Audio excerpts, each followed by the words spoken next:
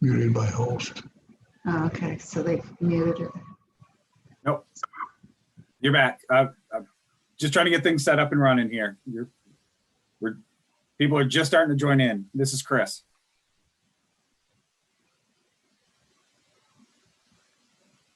Oh, there's Kevin.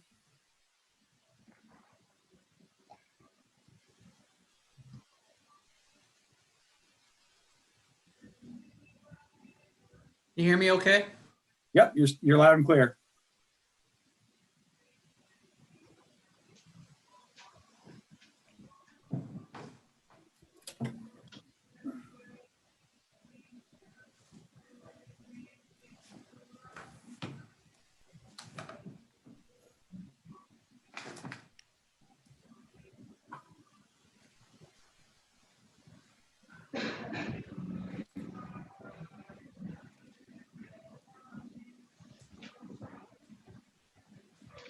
Now it's got my name up here, but I'm not, They don't have your face. no. So maybe it hasn't. You're in, Paul. I can hear you. Oh, okay, good.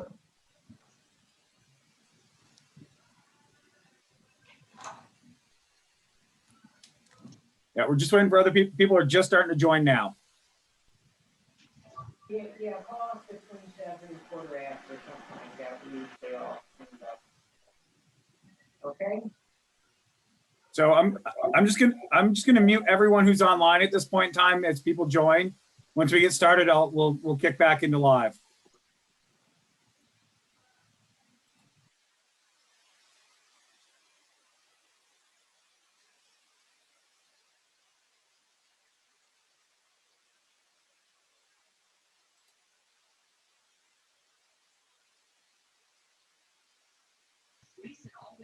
Chris, you lose your razor? Yep. Looking good. How you Gaining. doing, all right? Exactly. Little COVID beard. Yeah. Yeah.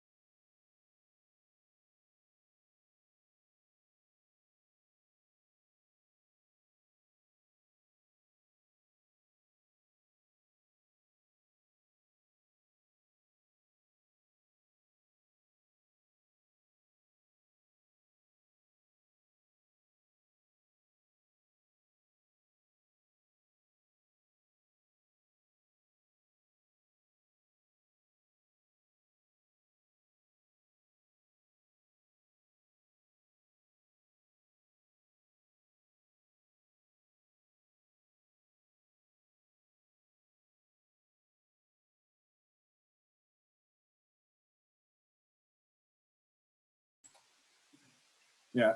We're just gonna wait for other people to hop on. So we got a couple more to go. People want to chat, I guess feel free. And then we'll start up the meeting here shortly.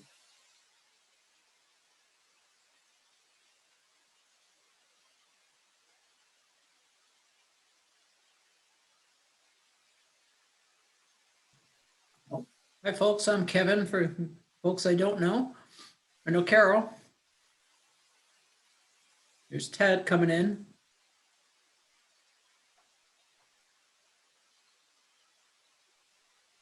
Um, Yeah, once Ted and Tom get connected, I think we're only short John. I think he's the only one Yeah, missing. So I'm impressed. 7 o'clock and almost everyone's on. That never happens.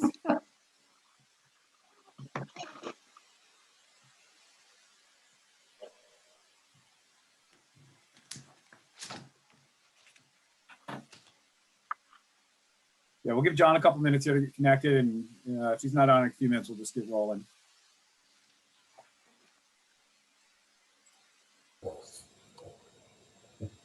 Hello, all. Good evening, Ted. Hello.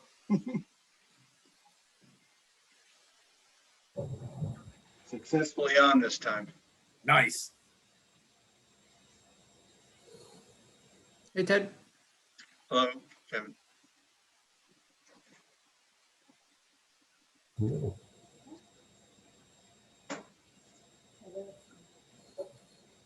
So, Chris, did the select board appoint any alternates? Yeah, Rob and Josh are your two alternates, which will be really nice to have that as an option, knowing that getting full participation sometimes can be a challenge in board meetings. No, the alternates have been really valuable in the past. Especially because like Ron Kowalski he was kind of seasonal and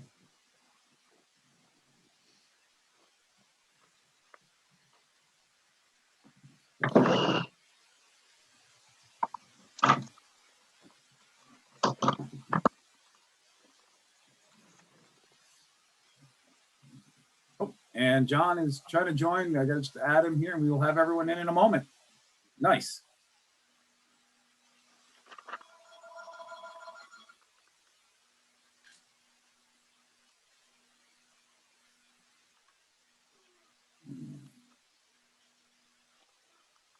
John's almost here.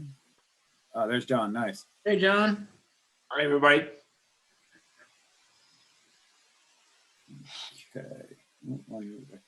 Okay, so I believe we have everyone online.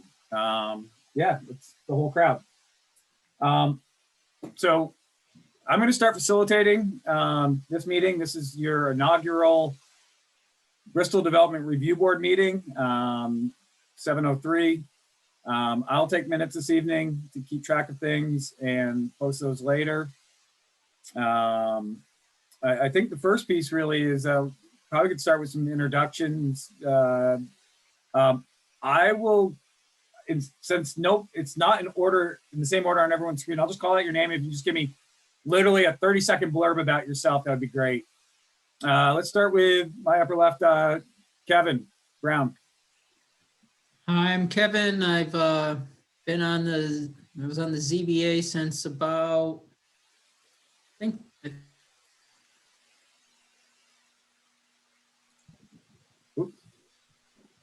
Kevin, you might have shorted out. together and Ted and Paul Jackman. So, and I've been chair since, I don't know, 2008, maybe something like that.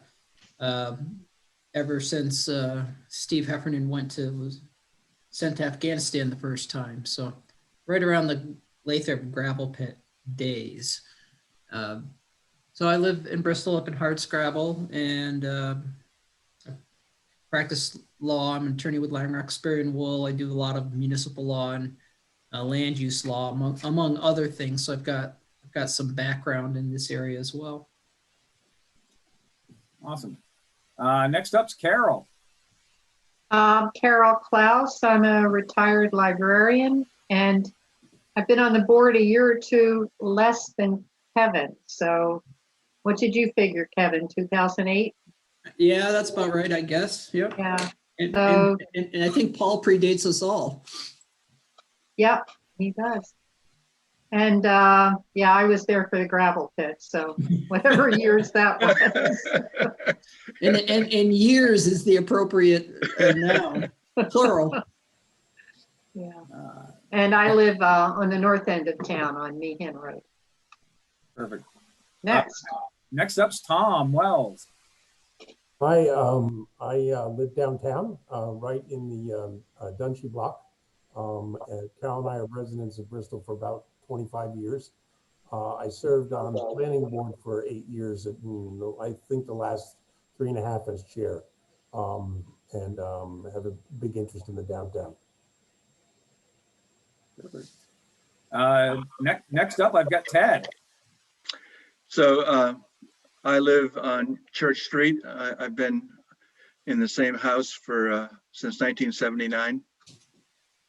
And I am retired. I've been retired from the Agency of Children and Families for 12 years. And I still work part-time for the agency, and I do the reviews for the Burlington office for kids that are in custody. They have to be formally reviewed every 6 months, and that's my about 4 days a week job, 4 days a month job rather, and I've been on the board of adjustment, the zoning board of adjustment for I don't know, maybe 5 or 6 years. I lose track of time. Is that about right, Carol? He Sounds was about right. he was on for the second go round of the pit. I remember that. Yeah, I think that's about right. Perfect. Next up, I've got John Moyers. Hi, John Moyers. I live downtown too, in the old Kilburn grist mill, and I'm a landlord. I got 6 buildings downtown or adjacent to downtown that I've renovated since 2000, over 20 years, and yeah, happy to serve. Awesome. And Paul. Good evening. I've been on the zoning board since 1999 and retired fuel dealer working part-time, lifelong resident of Bristol. Perfect. Hey, Josh, you're up next. I found the unmute button. Nice.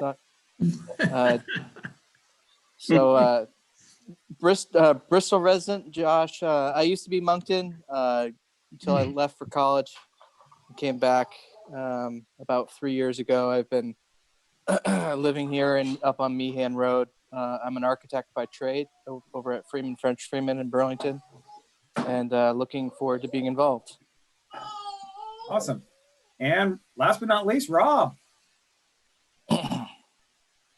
So I am an engineering technician by trade with an engineering firm in Middlebury, and been on the planning commission for the last 3 years, and wanted to explore the other side of things as well. So.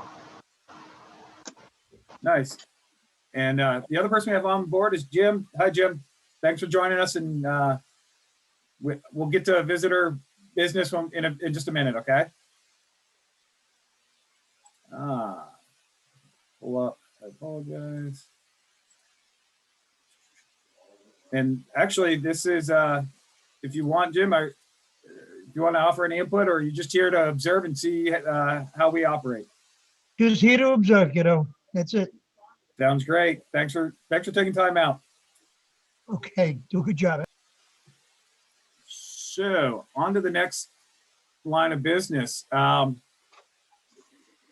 It would be the organizational. So the next line will be the organizational meeting. We lost somebody.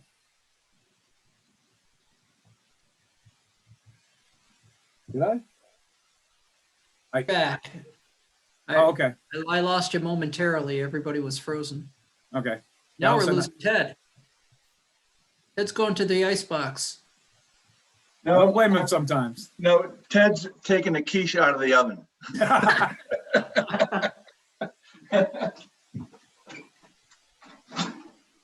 So the organizational portion of this is, as I sent out an email a little bit earlier today, the document I sent out yesterday was more of a talking discussion document to get things rolling. Not really sure how in depth this board really needs to have that type of document. That was where I generated that from was I took the planning commission's sort of planning document or policy document, bastardized it down to something that said development review board. It took out things I knew that had absolutely nothing to do with your board. The hopes are that this evening, the biggest thing you really need to do is you need to appoint a chair or elect a chair, however you want to go about doing that.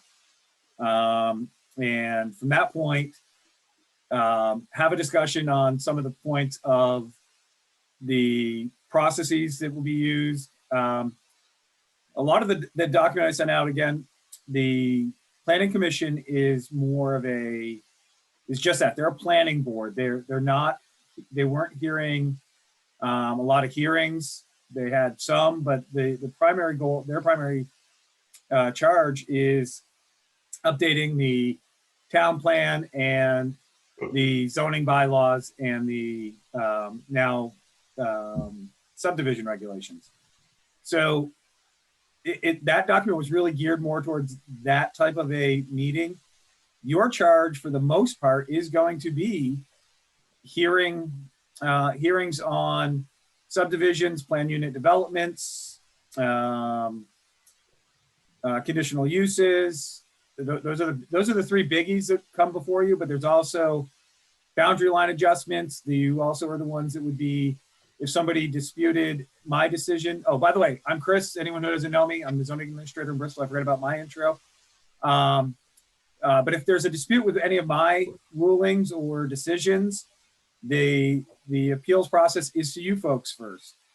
So you have a lot of depth and breadth of what you'll be doing. But like I said, the very first thing I believe you need to do is really assign a chair, decide on who's going to chair this ship. Can we do that last? What's that? I said, maybe we ought to, I'm thinking maybe we ought to do that last. We can talk through some of this stuff, and as long as we come out of it. Yeah. And maybe a vice chair is not a bad idea as well. I was going to recommend that the clerk / scribe role, it's still up in the air. The town is currently discussing possibly hiring a scribe to handle all their meetings. So that really? Wow. It's up in the air at the moment, but that would be great for everybody, because then those that are in the meetings, the board members can actually focus on the meeting and not worrying about taking minutes. Yeah, no, it's really hard. We actually had that once upon a time, but it was Jen Stetson did it early on before she was assistant treasurer or clerk, and it didn't last long. The select board found other uses for the money, and that disappeared, and it got stuck back onto the zoning administrator. Yeah, one of the discussions was it's awful expensive for me to take minutes, but we'll leave that at that. We're having that discussion. We're trying to figure that out. In the short term, I'll handle it for you folks. If that's, especially this evening and going forward at the end of your meeting, if you want to go a different route, I'm all in. I will not break my heart if I never have to take minutes again, but I'm more than willing to do that for the board. So yeah, it's really, I have found it really imperative to have somebody taking the minutes, because you can't think about that when in this discussions are kind of freewheeling. Stuff's coming up. You really need the minute taker to get the facts down.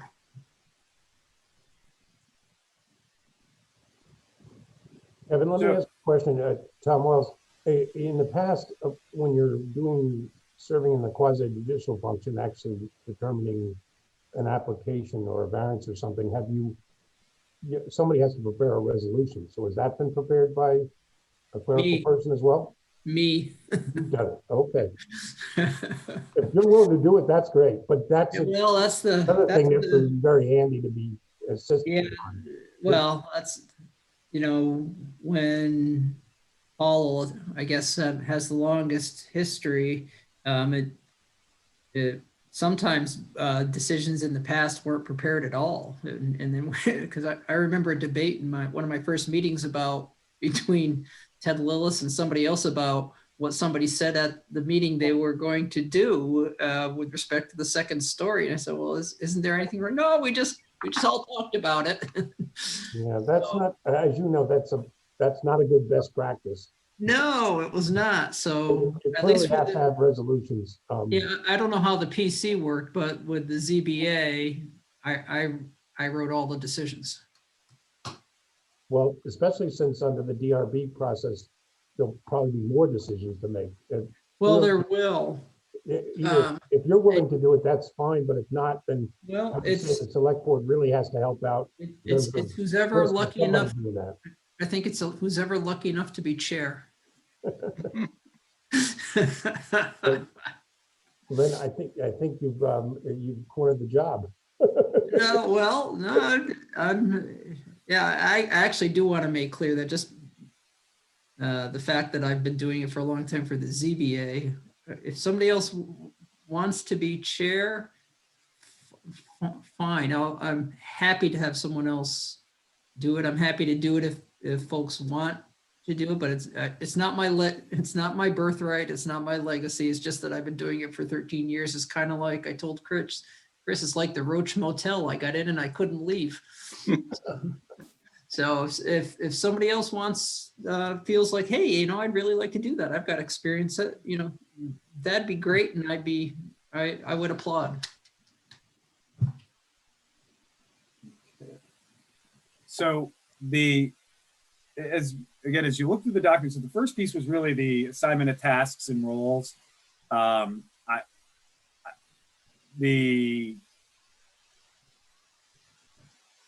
agree with Kevin that I believe you did a chair in a co-chair or a vice chair. They were co-chairing, but a vice chair is actually very imperative because somebody needs to be able to step in and be predetermined if the chair is not able to make a meeting, because there's nothing worse than having to cancel or postpone a hearing because of someone foreseen.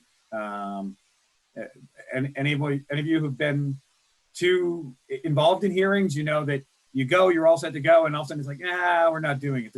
That's not fair to the community. So I really believe that that's absolutely imperative. But that's, again, I'm just here to help guide you folks. But that's something. And again, the scribe aspect or clerk, it's described in there. I don't believe at this point you need to really call that out, but that's, again, I think. Go ahead. I really think that the key is the two chair positions need to be defined. I agree. I looked at the statute, and there are lots of statutes that apply, and the statute that governs the planning commission actually says thou shalt appoint a chair and a vice chair. The statute that applies to development review boards just says we're supposed to elect officers. Yeah. What the hell that means, but I think chair and vice chair makes a heck of a lot of sense. And I don't think we need anything more than that, but unless other people. I agree very much with that. I have a question. Chris, in your position as zoning administrator, which is new to me, at least at work, will you be attending all the meetings with the board? Initially, yes. It really, in different communities I do this with, some I attend all of them and others as requested by the chair.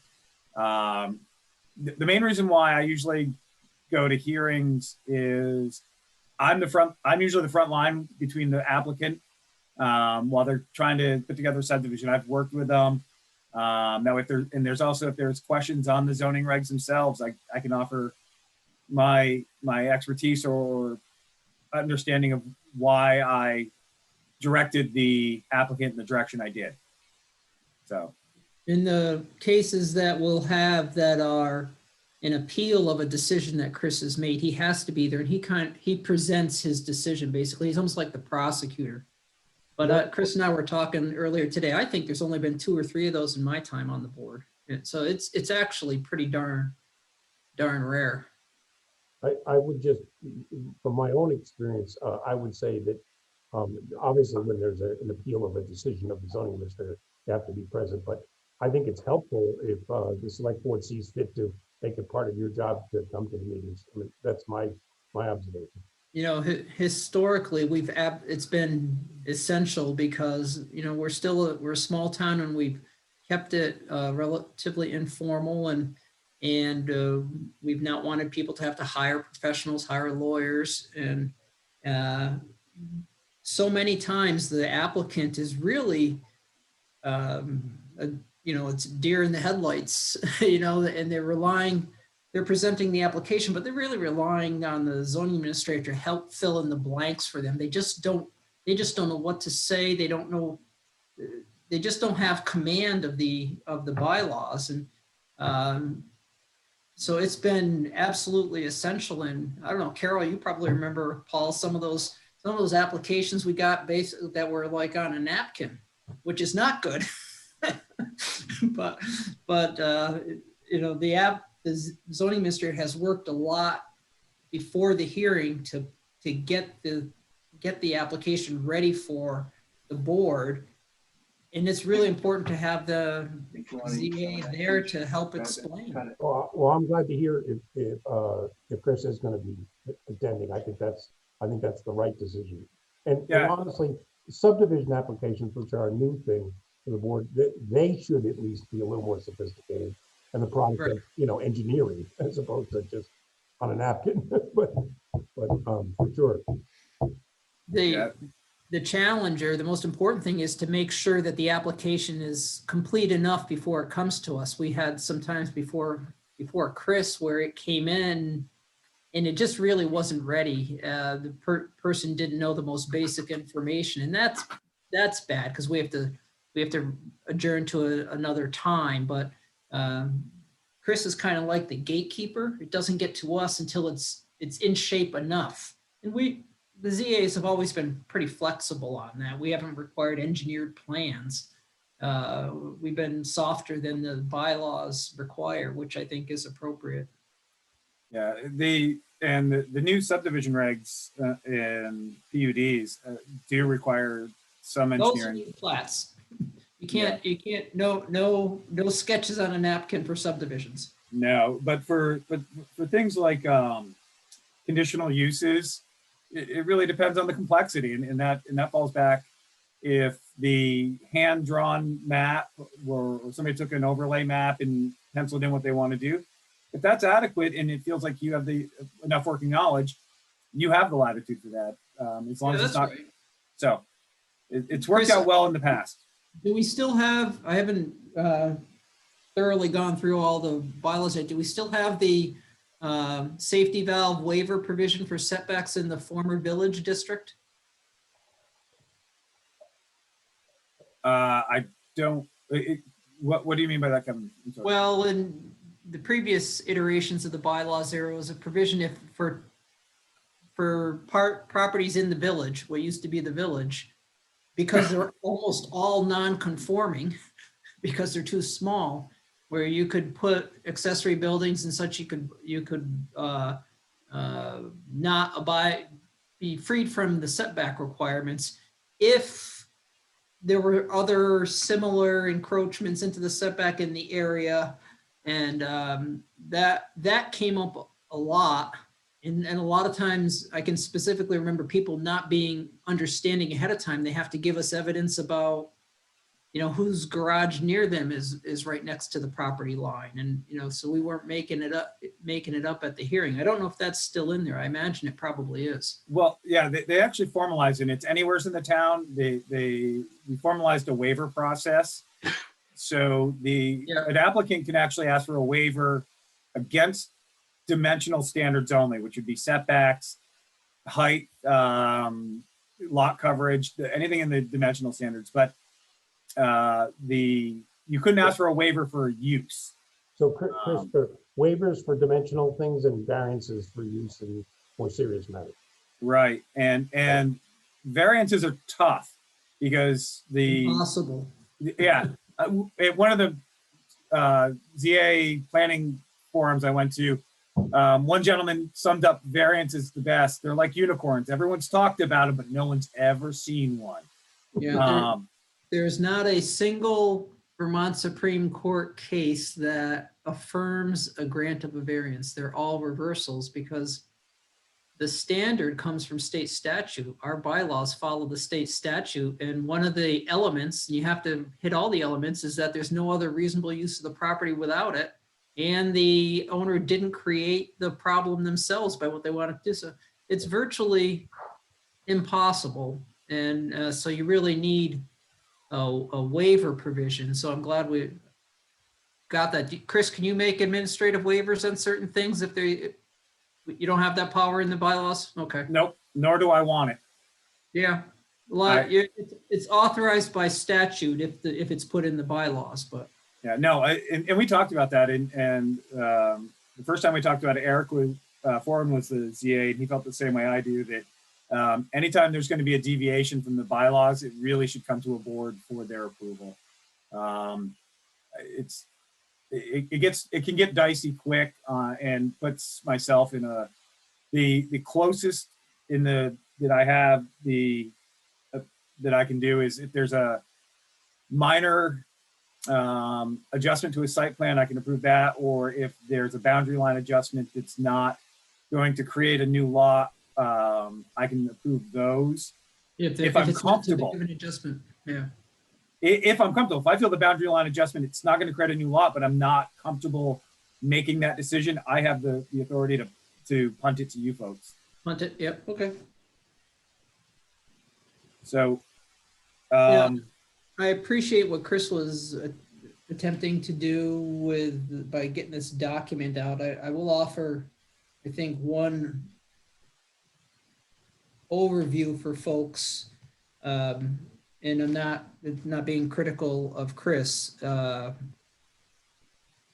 Most of what's in here is actually already required by statute, and the statutes are or the bylaws. So I think it's not necessary, in fact, can be a mistake to pretend you're adopting something which you have no authority over already. And if there's any difference between what procedure you adopt and what the bylaws say or what the rules say, it just creates problems down the road. I appreciate its function is to help educate. And as we go through this, I can actually tell you, or I'll provide a summary if people want, of what the statutes say about each one of these things. The statute tells us how to handle hearings, tells us how to what our functions are, what notices are. And so we can provide an information source for the board, so we're all working off the same page. I think that works. But to create a procedural rule that actually attempts to mimic in some way, which is something that's already mandated, can only lead to trouble. It's creating a fiction in a way. Yeah, and again, I take no offense at that, Kevin. When I generated that document, my sole intent was to have this discussion and find out how in depth do you really, I mean, this board is bound by a lot of the DRB between the bylaws and state statute. What you can and can't do is pretty well hemmed in. The Planning Commission, on the other hand, as Tom and Rob can contest, it's a lot more philosophical what the Planning Commissions did. You're making policy. Yeah, you're not making rulings. You're right. You're deciding on policy and how to implement it, and that's inherently political. And there is maybe a way to accomplish what you've set out to do, Chris, and that is as Kevin correctly says, this is really all in the state statute or the new unified regulations that Bristol has. So, for example, powers and duties, you refer to 4460, which is the state law, but it's even a little bit more specific. I think it's in section 332 of our own unified regulations. Maybe just the titles and then cites to the appropriate places might be helpful to board members or other people. I'm happy to work with Chris to prepare you often do that, Kevin. summary. I'm familiar with this and do this kind of thing. So I took a look at those things, but it's very helpful to know, to have somebody point you where those things are dealt with, either in our local unified regs, which largely reflect the statute or the statute. But I see your point. If you summarize it a little different than it actually is, this really doesn't have the force of any law or anything. It's just Right, but if you adopt it as a procedure, it masquerades as a law. But it's not. Yeah. So what I really like, Tom, your idea with that is that it's more of a reference document that would and a very keep up. helpful one. I think your instinct is dead on. It's helpful to people, not just to board members, but to people who want to be in front of the board. If you want them to be more informed and do a good job, then they understand. Perfect. The other thing besides writing a decision that the chair does is actually run the meeting. And that can be a challenge sometimes, but it's important to have whoever wants to do it be comfortable with asserting control and direction, because sometimes you actually have to keep it from becoming a free-for-all. Doesn't happen very often, but that's an important piece. And the statutes don't provide a lot of detail about how this board will run hearings, because they're quasi-judicial. It says what the rules of evidence are, and they're the rules of evidence that you use in court, except they're relaxed for where reasonable people in the performance of their duties would rely on such things.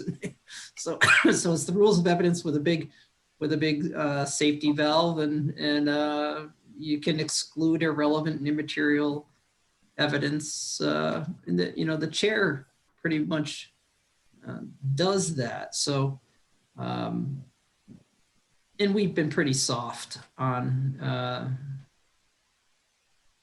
rules of evidence, because people are, we don't want it to be, it hasn't been a mini court, and we don't want it to be a mini court, or at least I don't. I shouldn't speak for we. This board is structured as the appeals from this board are to the environmental court, what's called de novo, which means anew. And it doesn't have to be that way. Most towns are that way. And the most important thing to me was that we kept that. So what it means is, if there's an appeal of our decision, the environmental court just sits as if it's us, and makes the decision anew without deference or regard to what happened below. The applicant or the appellants put on their case, put on their evidence, and at that point it's a courtroom with rules of evidence and all of that. But that almost never happens. It's pretty rare, and so with that being the sort of procedural rule of law check on the process, we don't need to worry as much about being dotting I's and crossing T's. We can get the information out from the applicants and let the opponents have their say, keep it civil, and write up a decision that people can understand. And if people don't like it, then they can turn it into a court proceeding. Towns that are on the record, which is the other choice by statute, have to create a record at the zoning board. That's like a court. You have to have a transcript. You have to have rulings of evidence. And it's the only time that people can put in evidence. So that means the appeal the environmental court judge, if there's an appeal, just looks to see if there's sufficient evidence and whether the conclusions follow from the findings or reviews any rulings of law that might have been made. So it's a very deferential standard, and it's the only place to develop facts. Thank God we don't have that. Middlebury does, and Virgins does, and I've been involved with both those towns in various proceedings, and it puts such a burden at the board level, and we don't have it, which is great, and so which we can sort of collaboratively get things done, and it usually works out fine.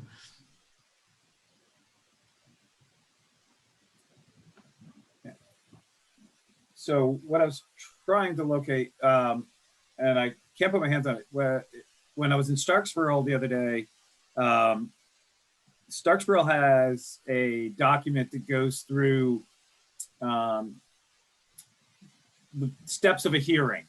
And I think whoever the chair is, I'll pull that together with them, send it out for their review, and then we'll push it out to the rest of the board.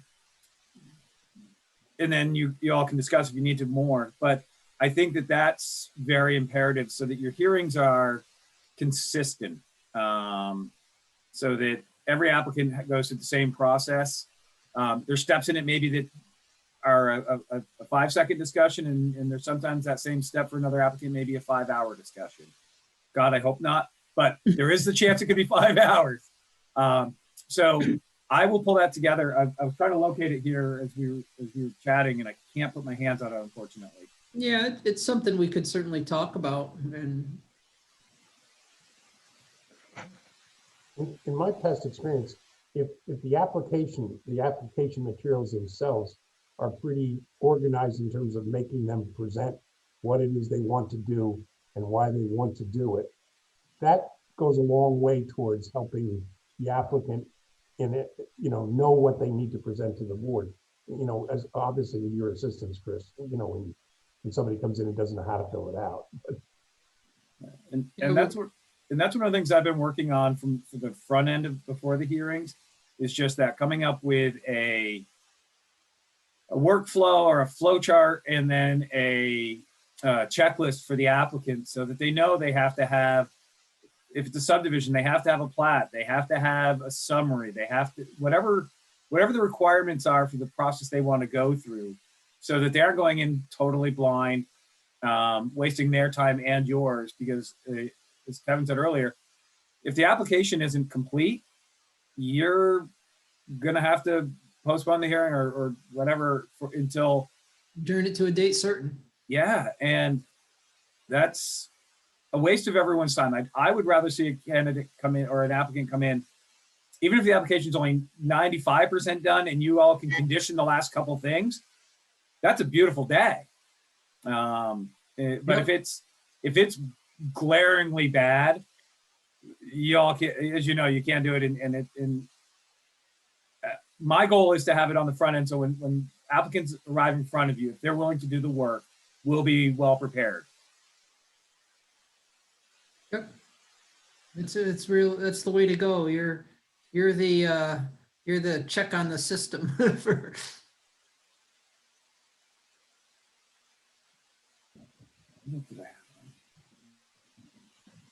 So the other notes I have here, I got way too many things. I got to move this laptop, so I got too many things going on. Too small of a desk and too much stuff. So we got the org. So the other piece that I want to discuss is your meeting schedule. Currently, the DRB is slated to meet that's right, second and fourth Tuesday. Because the planning is first and third. I just have to get my. The hard part for me is I quite often get the initial scheduling done as well because I have to figure out posting notices and all that on the front end. If we could have a set preferred night, is it the first, is it the second or the fourth of every month? And then if you have excess, you have your overflow meetings for the second hearing. You mean a Wow. calendar date, like the first of the month, or are you talking about the first Tuesday, like town meeting? Now, so that every month we know that the second Tuesday is almost guaranteed there's hearings. That's when we're going to try to schedule all the hearings. Now, if it's August and we're just swamped, you're going to have to meet the 4th as well. Does that make sense? Or do you, because that way I can give people a time frame of when they Right. can fit in. No, that's helpful for me to try and plan. I'm not retired and I have other night work sometimes. So that's helpful for me to have a day that I know if we have a hearing, it's going to be then. We might not have a hearing. We haven't had many in the past few years. That's how I certainly prefer that. Yeah, and you're going to have a few coming right up because, of course, we adopted these back in November, and we've had a few people that have been patient and have waited so we could get together and get your group sort of. Site plans? I've got one site plan amendment. I've got a conditional use potential that's sitting on my desk that the applicant's still on the fence about. And there's one other, but yeah, the biggest one is the site plan amendment that you guys will have to review. Well, I would support your suggestion. I think it's a good one in terms of a designated meeting, and the other one's the overflow. Okay. My personal preference, just because of my timing with other boards and other, would be for the second Tuesday to be your designated hearing one, and the 4th Tuesday would be your add-on meetings as needed. The thing with that is that all these meetings have to be warned 15 days out, which means it's really 3 weeks out because they have to get in the Addison. And especially now that the Addison only publishes once a week, has really made my life hell. But so it's really 3 weeks out when an applicant walks in the door and hands it to me before we could schedule it anyways. So the odds of you having a meeting on the second Tuesday, and then all of a sudden you get a call from me on the third Tuesday that, hey, you got to meet next week, it's never going to happen. Right. You're always going to have 3-4 weeks notice on a hearing. That works. Correction, especially the overflows. So if everyone's okay with that concept of using the second Tuesday as your primary hearing night, awesome. And having the 4th Tuesday as the overflow day, that's helpful in those rare but happens sometimes cases where we have to adjourn to a date certain because somebody needs to get some approval that they didn't think to bring or has some key piece missing that nobody realized. We've already got that date. Right. Awesome.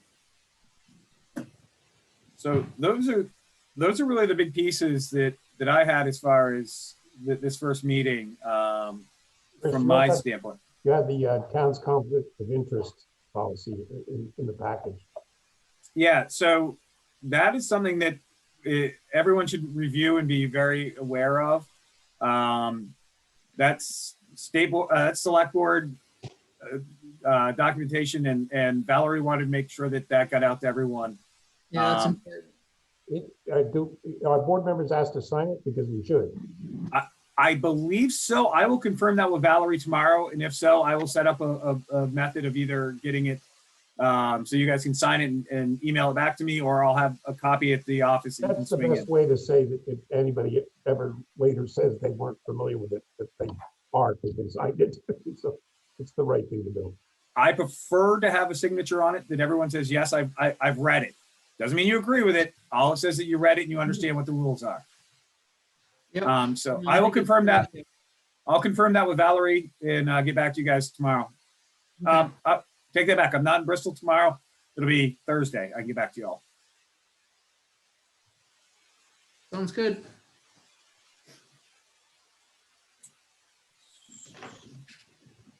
Does anyone here have any things that they would like to discuss as far as the board, the structure, how you guys are going to proceed, what to expect? Like I said, this is the DRB is new to Bristol.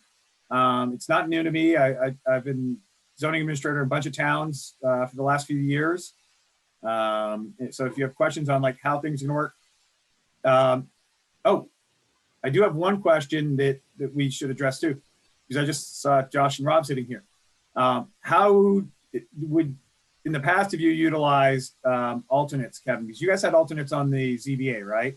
Yeah, and we, for a lot of years, Chris Lathrop was one, and he sat in every meeting for about 2 years, you know, and I think only once or twice did we have a full board plus some alternates show up. And in that situation, the alternate wouldn't vote, but our alternates, right, Carol, they were in there a lot.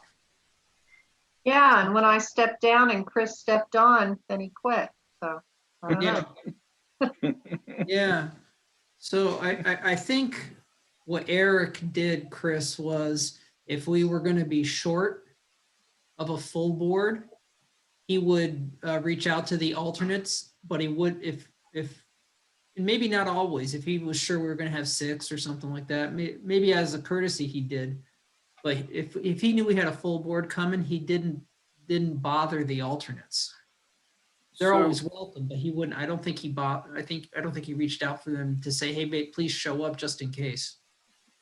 So the bigger question too, that is, so Rob and Josh show up to the meetings, to the hearing. Are they participating as board members at that point, but just can't vote, or are they participating as guests? I think it should be, I think best practice is for them to come to all meetings if they're willing, and to participate in everything but the vote. That's my gut feeling as well. It keeps them, anyone who's sitting in an alternate position, keeps them abreast of what's going on, keeps them familiar with the regulations that you follow and the proceedings. I sort of think it would be if I was an alternate, I'd hate to be sort of like that, the guy they pull in off the bench with 30 seconds left and they expect you to hit a 3 cold. It's just not a great environment to put somebody in. So if Rob and Josh, it becomes a waste of time for those who are just expected to attend these meetings, and we're not expecting anything from you. So. Yeah. Also, in the rare instance, and Kevin knows better whether this happens, and he said it's very rare, but if somebody goes to a multiple night hearing, then you've got a situation where if someone was present the first night but's not there the second night, that the alternate's absolutely ready to vote right then. So I just think it's really difficult. I hadn't thought of that. That's true. And I think they should be allowed to fully participate, just not vote if they're not needed to vote. Yeah. That's certainly how we handled it on those rare instances when we had a full board. Not that there are other ways to do it, but what I think, Carol, what we did is if the alternate was there, we had a full board, they wanted to ask questions or whatever, they asked questions, and they participated fully until it was time for the vote. That's what I recall. Yeah, it didn't happen a lot. Most of the time, the alternate, when they were there, they were actually voting because there was an opening. Yeah, because I personally, I'm excited to have alternates. As Kevin can attest to, any of the previous ZBA members, I've been scurrying around before meetings, making those last minute phone calls, trying to make sure somebody's going to show up. Right. It makes your board look amateur, and it doesn't bode well in the public opinion if the board can't get. So having if you two are willing to attend as many meetings as you can, I personally find that would be very helpful. But this is your board. I'm just here guiding. The other thing that's helpful to having the alternates there is that you stay away from the situation where we've got a quorum is 4 and we've got 4 people at the meeting, which means to render a decision, we have to be unanimous. Yeah. And that happened just the last meeting. I know. And it's, I don't like that situation at all, because it puts a lot of burden on someone who thinks, oh, geez, if I don't vote, I may not really like this. Now I've got pressure to go forward. Otherwise, nothing happens. Whereas if you have enough people, then people who have a concern can vote no without feeling like they're throwing a monkey wrench in. Good point. No room for error if you have the quorum number. No room for dissension. But I think that's a good procedure. And thanks for bringing it up, Chris. That's really helpful. Perfect. I'll just reach out. John, you haven't had any input yet. Do you have anything that you want to throw out there? Sorry, unmuted. No, I've been listening and learning. My questions are getting answered before I get a chance to ask them, so that's Awesome. good. No, I feel very good about this, and so I'm just excuse me. I'm just noticing that. So these policies and procedures will have to be adopted, right? Because and that's done by us. Yes. And we're sort of filling in some blanks here. I think the conclusion that we reached earlier, John, was that maybe we wouldn't adopt them, and that maybe, I think Kevin indicated a willingness to do it. Others can certainly assist, rather than have something like this that doesn't have the force of law. That what we could do would be to give under these headings, give the specific sites to either the local unified regulations or the state law, which really does apply. That's right. You create a kind of a table of contents or an index, but you wouldn't necessarily try to summarize it. Which is what's been done now. Yeah, Can we acknowledge it as a guide? Whoop, hold on, John. That seems wise to me. Okay. With the links or the references in this document, so people can go read the statutes themselves if they wish. And it's handy. It's like having a pamphlet almost. It's a cheat sheet for in the hearings where you're not flipping through the bylaws, which is a much bigger document. It was always a big document, not as big as other towns, but it's hard to be flipping through looking for something. So it's nice to have a sort of a cheat sheet that zeroes in on what our duties are with respect to hearings. And Josh, did you have some input? No, I was just going to say, and I think it was repeated by someone else, that we're acknowledging it as a guide. This group is acknowledging as a guide to standard statute. Right. In those places where it's talking about statutes, there are things in here that I personally don't want to acknowledge as a guide at all. Like Robert's rules has no place in my view, in our proceedings. We're a quasi judicial hearing. I don't know Robert's rules, and I don't know anybody who actually does. A lot of people think they do, and it turns hearings into parliamentary debates, and so it may be appropriate to handle some planning commission meetings or something like that because maybe you needed some rules, but I feel strongly that we don't need anything like that, nor is it. It actually seems to conflict with what the rules for hearings are. It's actually absolutely correct. Yeah, I won't lie. I was just putting stuff out there. I know. No, I know. Josh was saying, well, as a guide, let's look at it as a guide. I'm saying there are things in there I don't even want in a guideline. I would be opposed to having it as guidelines because I think I've been in these meetings sometimes where people get into this arcane debate about Robert's rules, and I come away convinced that nobody really understands them, and I acknowledge that I don't, and nor do I want to learn them. My God, I can't imagine trying to apply them. I've spent hours reading them in it can be very painful. It's sort of a solution in search of a problem, in my view.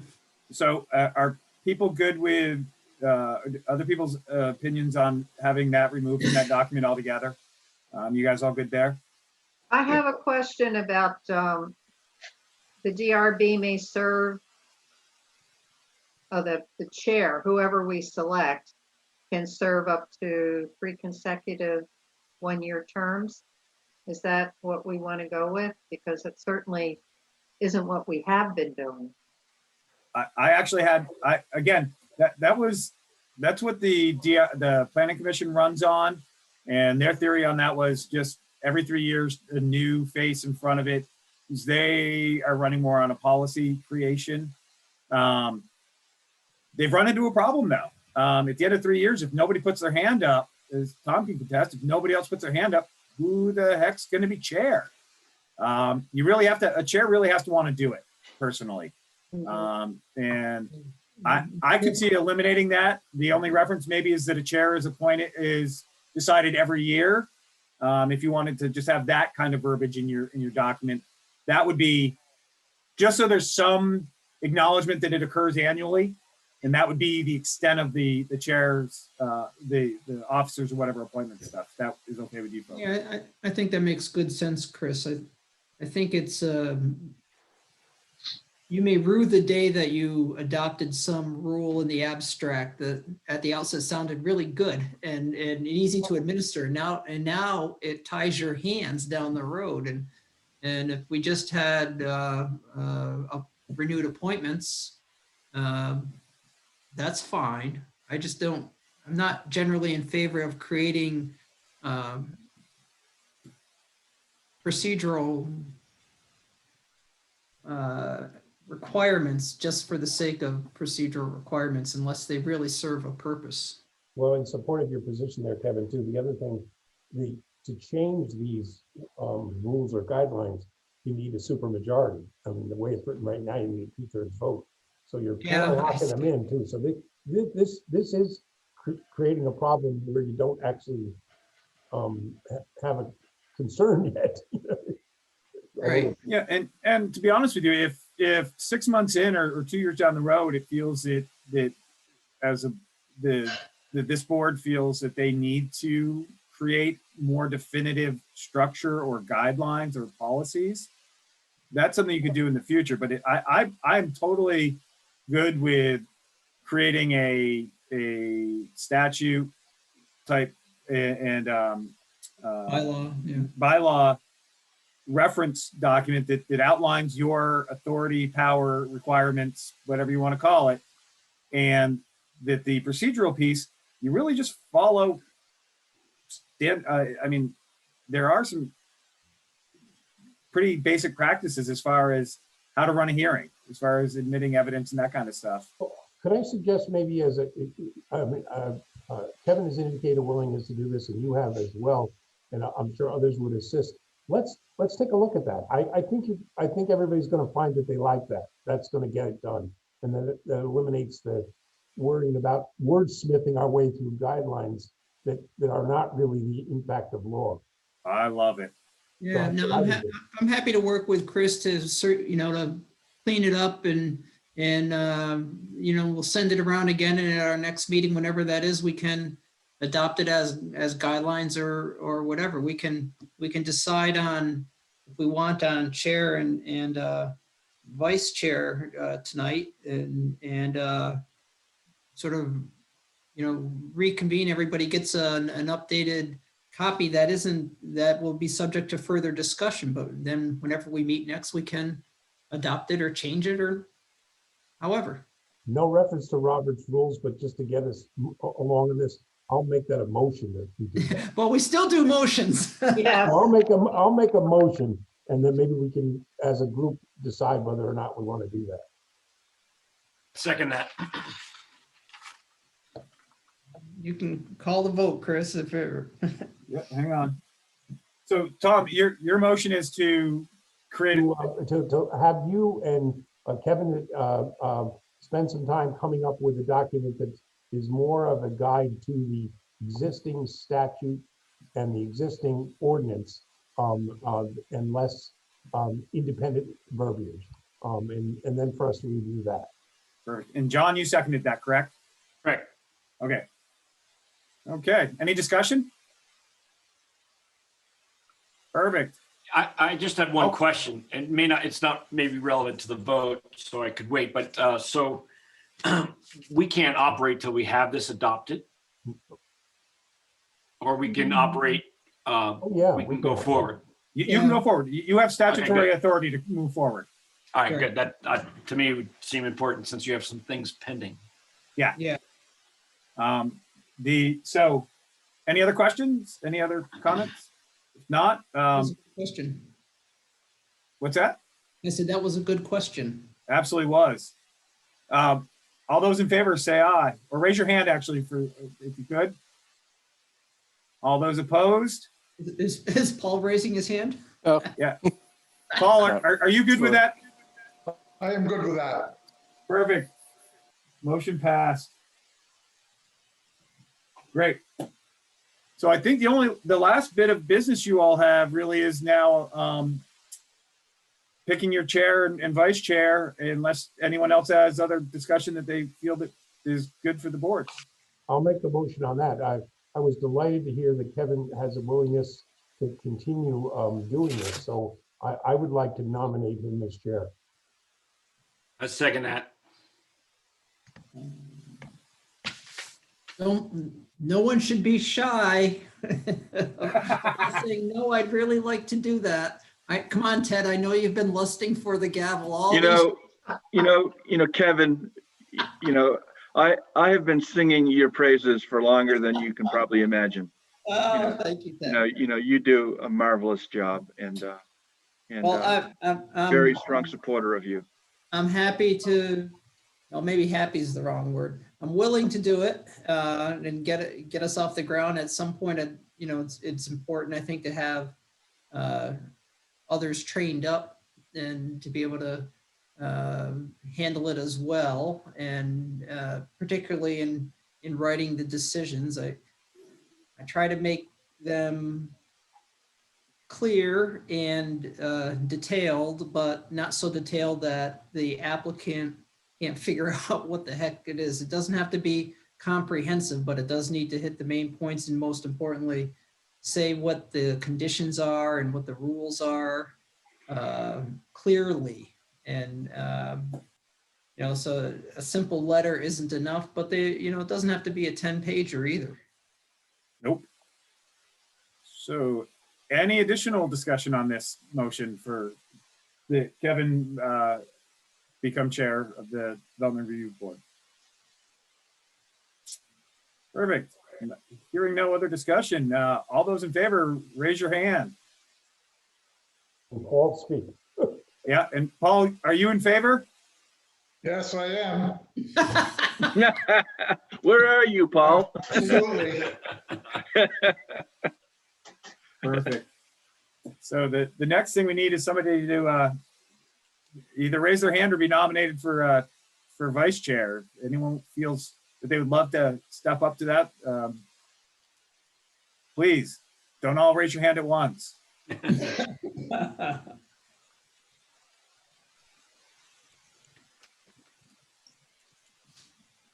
I mean, I can One do of the other long-serving members. Carol, would you be game? I'm not interested. No. Okay. Don't make me do the Zoom dartboard decision for you. Well, I'm not interested because I feel like I have a learning curve and I think I should sit back and learn. So,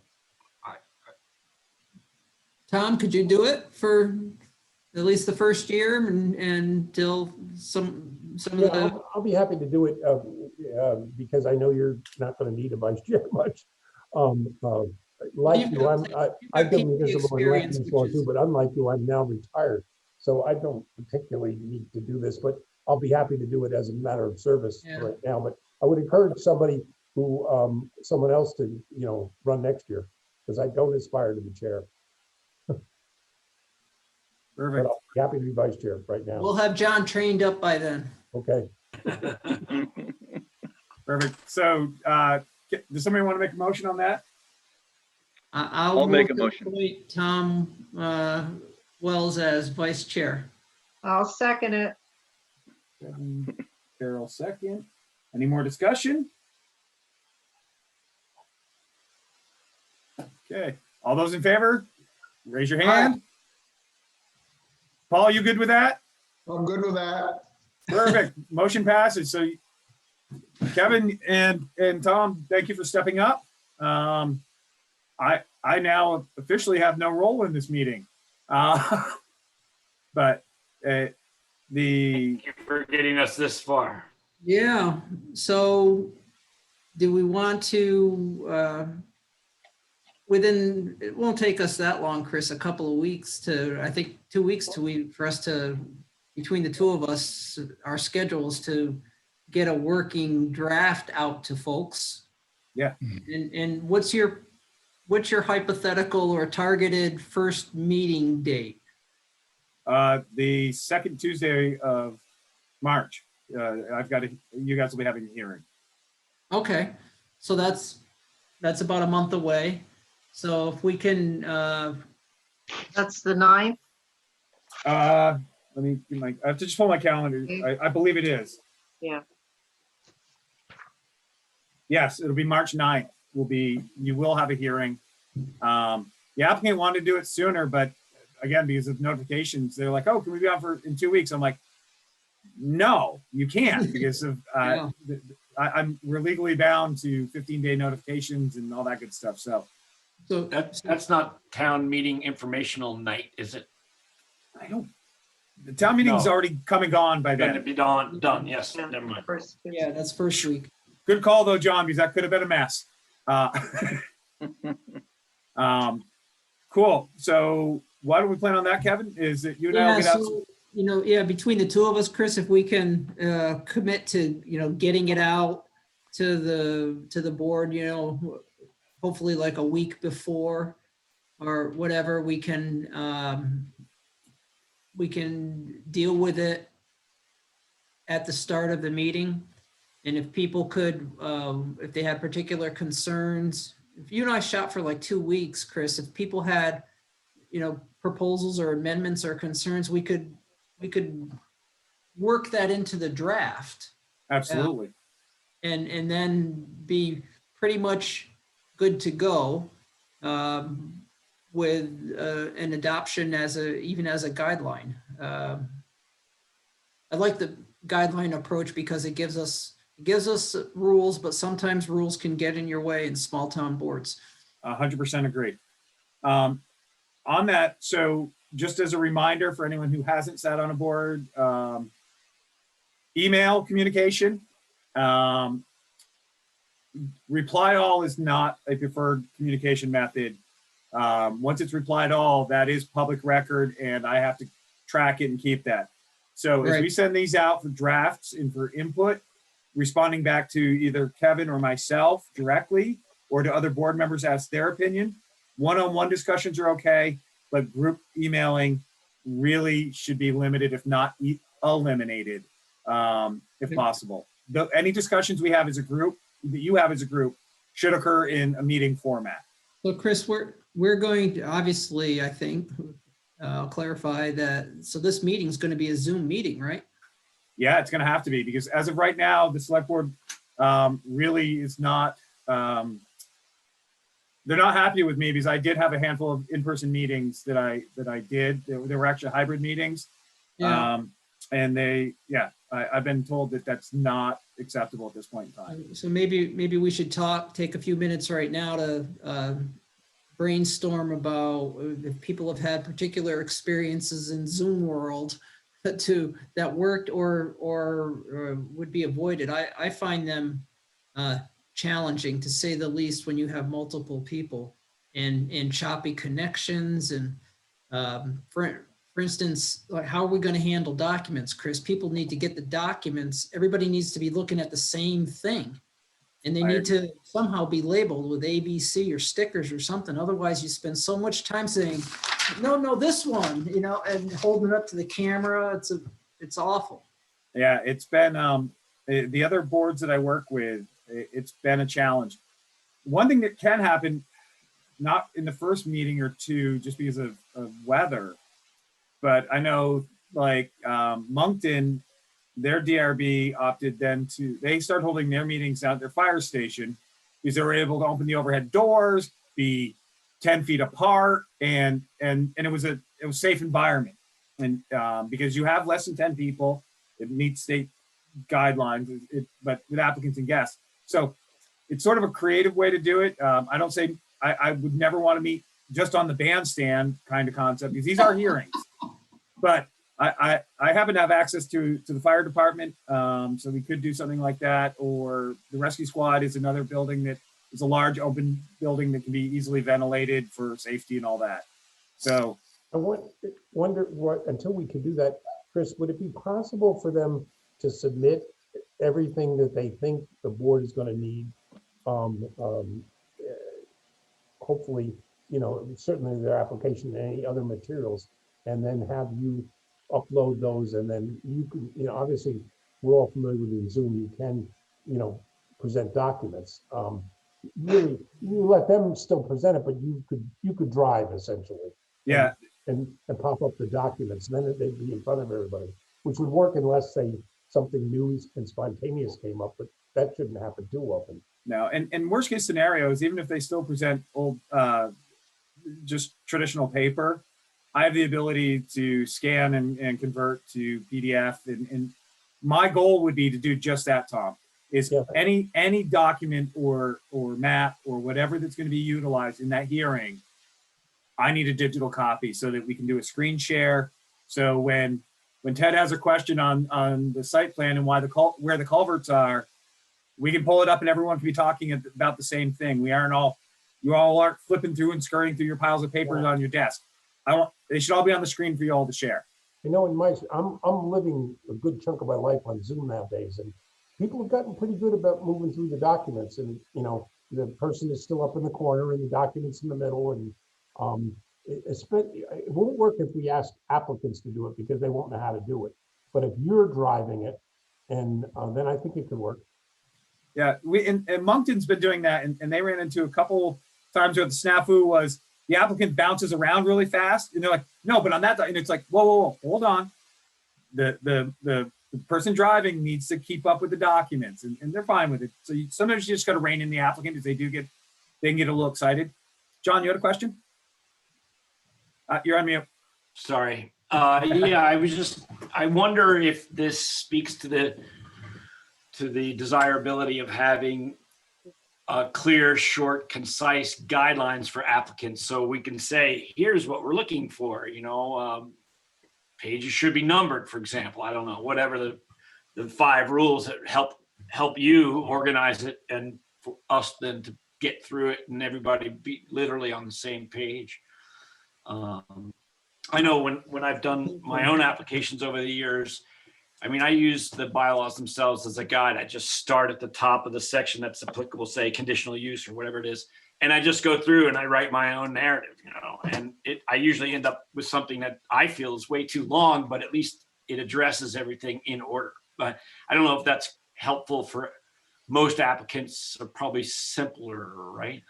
Yeah, what I'm looking at is I created for applicants that are submitting site plans for applications. I did just what you talked about. I took the 10 requirements of the site plan and broke them out into bullet points for them and left them an area where even if they want to hand pencil it in, they can do that. I can scan that, but that way when you all are talking, the first thing you're going to talk about is this, and the second thing is that. So again, it goes back to consistency, which I think helps create a smoother meeting and a consistent decision process. I think if either you impose it, or I think it's better if you impose it, our own cataloging system, if it's, I don't care, rather than the title of the document, because we'll be fumbling. It's this particular piece of paper is document A. Yeah, we can all find document A, and so that, you can do that maybe. Yeah. So like currently Valerie for the select board does that with all her documents. She does them with Roman numerals, but same concept. So Yeah. That's the first part. So it's like Roman numeral 1, and then all the periphery title crap. But everyone knows when she says document 1, what document 1 means. That's right. Otherwise you end up just trying to describe it and people get lost. Yeah. I like that idea. Chris, what's the requirement for having things turned in before the meeting? Are you accepting preliminary submissions and then a couple days before the meeting, it's final submissions? What's the standard there? I have to look at the reg. we have some timeframes where they're required, but and that's for just the plat and the application. For all the periphery stuff, I've always asked people in other communities when I do this, just minimum 7 days, because I need to get it out to the board. One of my pet peeves with boards is, back in the good old days when we used to get packets in the mail, is showing up to a hearing and watching board members opening packets at the table. That tells me they haven't read a thing. Really bad. So my hopes is, one of the things I've been pushing for the last few years is just that. Before a hearing, I try to push out as many documents to the board as possible. There are going to be times where the applicant brings something in Monday night into my office at 5 o'clock, and we'll make it work. But for the most part, I really push people to a minimum a week in advance. Yeah, and you've got the leverage by saying, until you get all this stuff in, I can't even notice a hearing. 100%. That's your leverage, and it works. Oh yeah, especially when they find out that it could be another 30 days if they don't get it in the next week. They seem to jump pretty quick for me. So, Chris, are you going to be sending this stuff out in documents that we're going to be able to open without a struggle? Like, I don't have Word on my computer. Yeah, that was an oversight on my part. I apologize. Everything will be in PDF format. Okay. Because we have to have, I think that's just a good standardized format. PDF Acrobat Reader is free, and it's available on all platforms. So I will ensure that any document that comes through, even if they provide it to me in another format, it will be presented to the board in PDF format. Oh, thank you. That's well appreciated. And the other piece of that. Oh, are you maintaining a FTP or somewhere, to house all these documents versus emailing them all, or not sure how you've handled in the past? Go ahead. In the past, we just emailed it. I am trying to figure out a cloud solution because it's painful for email. Yeah, well, emails fill up and get lost and buried. I get emails on the order of 50 to 100 a day. So I feel your pain, man. I do this for 3 towns, so it's even harder keeping track of. I get a site plan trying to remember where the heck it came from. So we've got some cloud options that the town has access to, and I just have to find out what we have for accounts and that kind of stuff, and how to give you guys access to that once we set it up. I'm not a big fan of Google Drive. Neither am I. I have some other options. We have other options available to us for some cloud options. So, but that is the intent. Is I would send out a link at least to where those documents are each week before the hearing, so you would be able to get to them. I appreciate that. Thank you. I have a question. Just in general, I know like a permit application is posted in the town hall. I used to go in and just look at them for fun, actually, usually. But are there confidentiality issues around an applicant's application before it's warned or anything like that? All right. No, as soon as anything's submitted to my office, it's public knowledge. So sometimes people will wait to the very last second to submit them, just if they have concerns because they don't want their project out there floating in the public eye too early. And I try to be as accommodating as possible. So if there may be those occasional rare times, John, where you guys get the email a few days in advance instead of a week in advance that something new has been posted. But by the time they're ready to submit an application, they're ready to go public because it's out there. Yeah, we're in a hurry. So we're not sort of keeping an eye on protocols around that privacy. No, they're public records as soon as they're submitted to Chris. There's no exception for applications that aren't complete yet. Yeah. Great. So and there's another concern that's I think is important is that it's really not appropriate for applicants to be moving the goal line or changing things late in the game because the notices go out to the public and the public is told that they can come look at the application. It's really unfair if the application they look at is not is not the one that shows up at the hearing, because sometimes people might say, oh, that's no problem. I'm not worried about that. And then there's a late change, and they didn't come to the hearing because they didn't think it was going to really impact them. So we really ought to be pretty strict about that. Minor things, sure, but no, it's usually supporting. It's usually supporting documents, Kevin, that come in late. Right. But the actual application itself, yeah, once it's been posted, that's the application. And now, if they want to make amendments to it, they have to go through the process. Yeah, that's the way it should be. But there have been some developers who are, it's kind of a moving target about what the application actually is, because they haven't thought it through thoroughly. I'm well aware. I've been through many that have, I've got in some of my other communities on their DRB files, just because they keep changing their mind during the hearing process. I have one developer on one 8-lot subdivision that it's a 12-inch thick file. Yeah.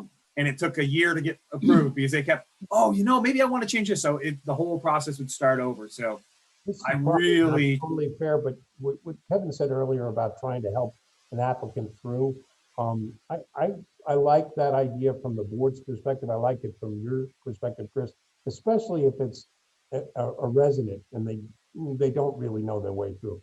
If they're sophisticated, if they have counsel, if they're professionals, do it right. So I hate to say I have a double standard, but no, that's important. I think that's exactly what we're supposed to do. I'm willing to give a little hand up for a resident who doesn't really understand it, and I think our board chair can do that, and you can do that. But other than that, I think we should make them do it right. And if they don't, then it means they have to wait a month. They wait. Yeah. But Tom, can you elaborate on that in the comment earlier about soft line drawings? Yeah, I guess that comment kind of surprised me. Well, I mean, I think soft line drawings can be fine if they're done, if it really tells the whole story. I don't think it's ever going to tell the story in the case of a subdivision or a site plan, because those are a function of real engineering. I mean, you can't just, those lot lines are important and things like that. Right. But the woodshed that's big enough to require a permit by square footage, it's okay to me if it comes in, even if it's not on grid paper. But, yeah, and sometimes you'll get somebody who'll have their own survey or something, and they've made a real effort to just draw it on there.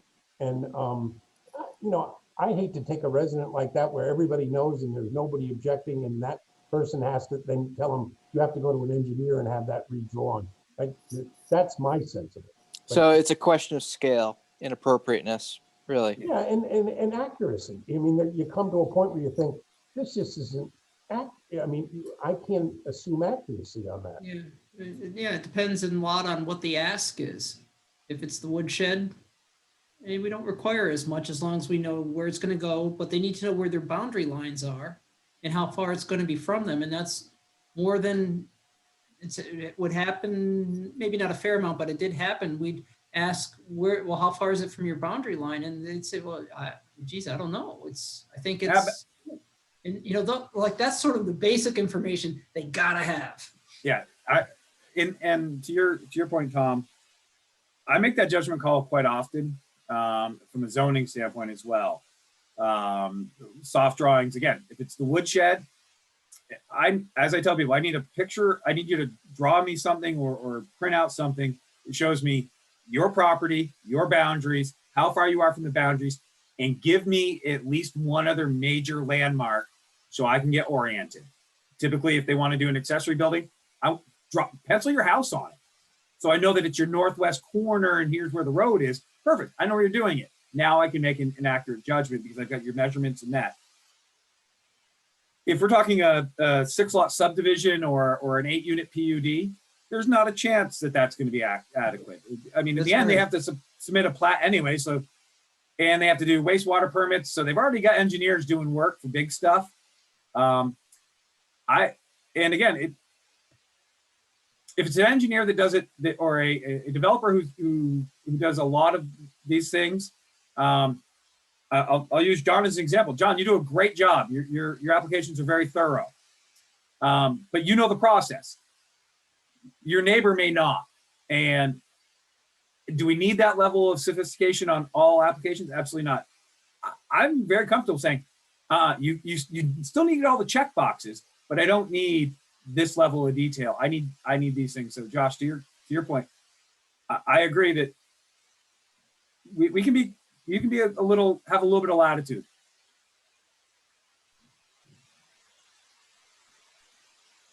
Okay. But we can't go as far as having it on a napkin anymore. I think we had one on the back of an envelope once.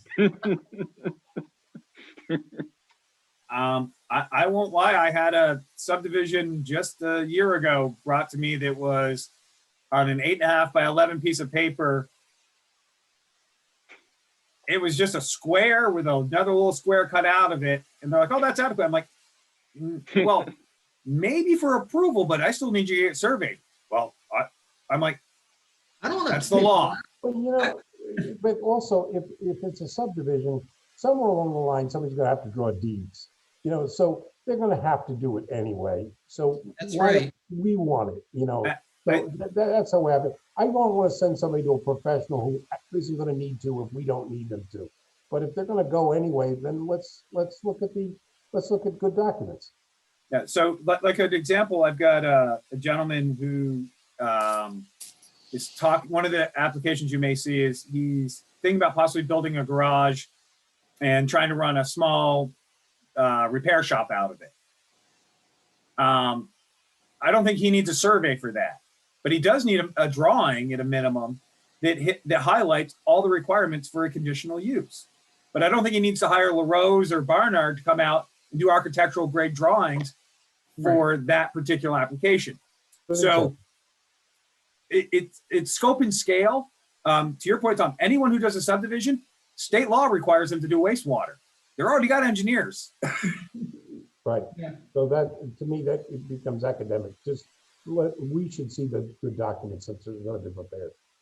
I'm a little OCD about documents. I try to be about quality of document that the board sees. No, I think you've struck the balance well, Chris. It's not that we've had that much work since you've been ZA, we haven't, but you've struck that well. You've got a good sense of that, I think. Perfect. Anyone else have any input? No, So I have one last question. Excuse me, Tom. Sorry. I just Go ahead, Todd. was complimenting Chris on organizing us well for an organizational meeting. So I feel enthusiastic about being part of this board and look forward to working with all of you. Thank you. So, Chris, I had one last question for you. Are we going to go back to in-person when this pandemic is over? Yes. Yes. Yeah. At a minimum, I believe it'll be a hybrid meetings at worst case scenario. Even when things are back to normal, some folks still may not be comfortable coming to a meeting, but at a minimum, they would be required to Zoom in. I mean, we've got the technology at the office to be able to connect to the large screen TV and bring in a remote user or two if we had to. So the sooner you guys can get together around a table to have hearings, it's really better, because back to the discussion of documents, there's times where you're shuffling maps and documents around on a table and people penciling stuff in. It's really hard doing it here. Now, I'm going to make a personal observation on this too, because I said I attend a lot of Zoom meetings, and they actually work pretty good. But I miss the chit chat that you can have with each other. Absolutely. In between the meeting, where you can just we got to have that too. Yeah, no, that's right. It's interesting in this age of Zoom. I mean, all the civic meetings I've taken part in the last year, they're actually pretty good, because we're like literally in each other's faces. People tend to be a little more civil. They try to be a little calmer. you can hear, I don't know, maybe it's a slight silver lining to the weirdness of it all. You can see yourself being recorded. Well, I gotta say that the Zoom meeting has made it a lot easier for me to attend things like this. Yeah. With 2 young kids, it's really opened the opportunity for me. Not to say that meeting in person would be out of the question, but this is really a luxury for me. No, and So. and again, knowing that for the last year, basically, we've proven out that this technology is a tool in the tool chest. I think hybrid meetings could be a viable solution. I go back to nights where we were struggling to get enough members. If somebody was at home and they could have zoomed in to sit through the hearing from home, that hearing could have taken place and I wouldn't have had to push it down another 30 days. So right.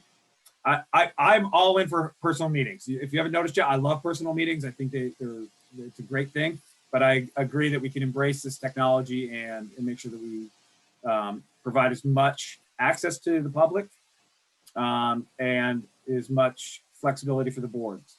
The thing that the remote Zoom meeting, the issue that it creates that is, a burden mostly for Chris, I guess, is that we have to keep track of who's showing up.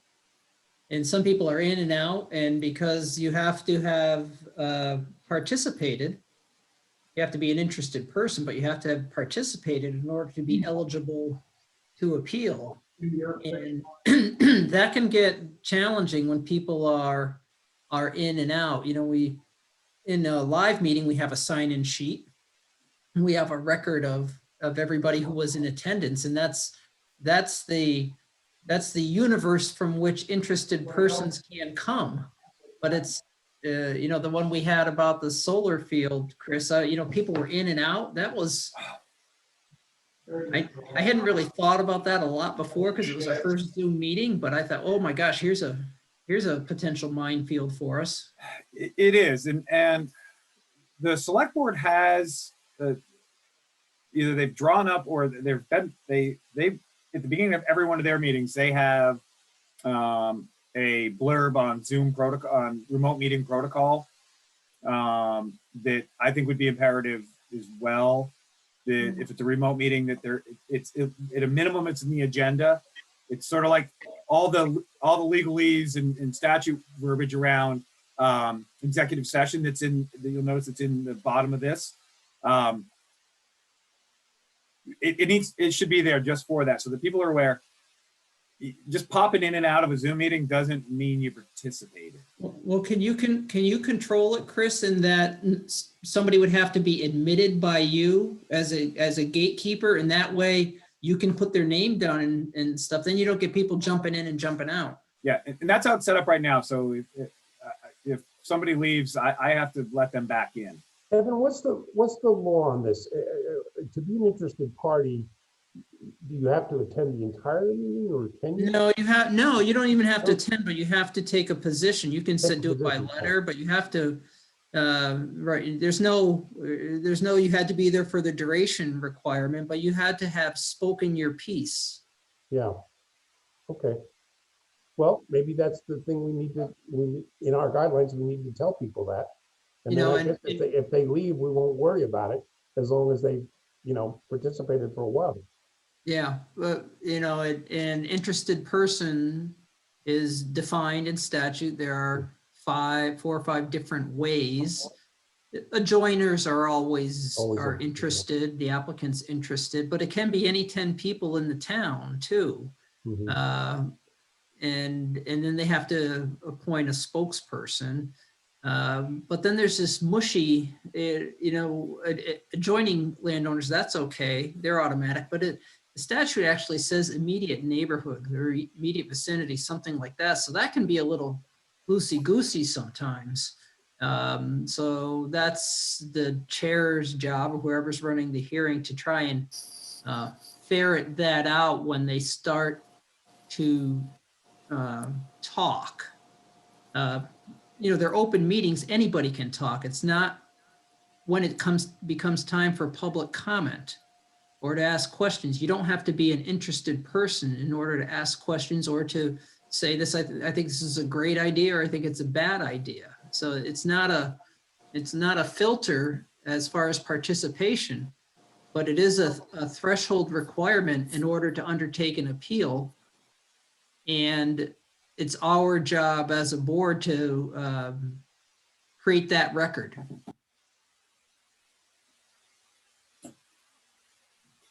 It's usually not hard to figure out, but the immediate neighborhood part of immediate vicinity, that can be an issue. So you know, might say you got a wedding venue or something, and somebody's thinks it's going to be too noisy, but you know, they live up by Carroll, and the venue is down on 116, you know, south of town. Yeah. And I say, okay, well, they can say their piece, but they're not going to be an interested person.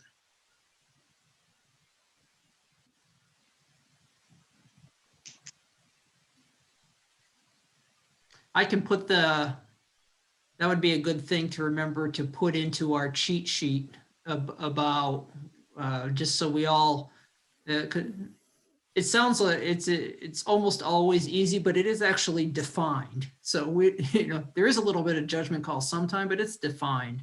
And it would be good to have that reference.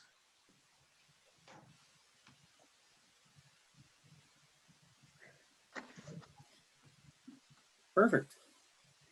Anything good? else? We ready to call it a night and Chris and I will get working?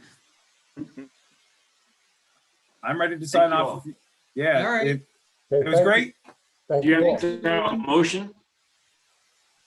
Yeah. If somebody could make a motion to adjourn, that'd be great, just so it's on the record. I move to I'll make that adjourn. motion. Yeah, I got John. Do I have a second on the motion? I second John's motion. Perfect. You guys. All those in favor? Hands. Thank you. Awesome. Hey, everyone have a great night. Thank you. I look forward to working with you guys and gals. If you have questions, always feel free. My phone is on and my email is available to help you out. Thanks, Okay. guys. Look forward to Thank working with you all. Thanks, Good night, Carol. everybody. Thanks, folks. Good night.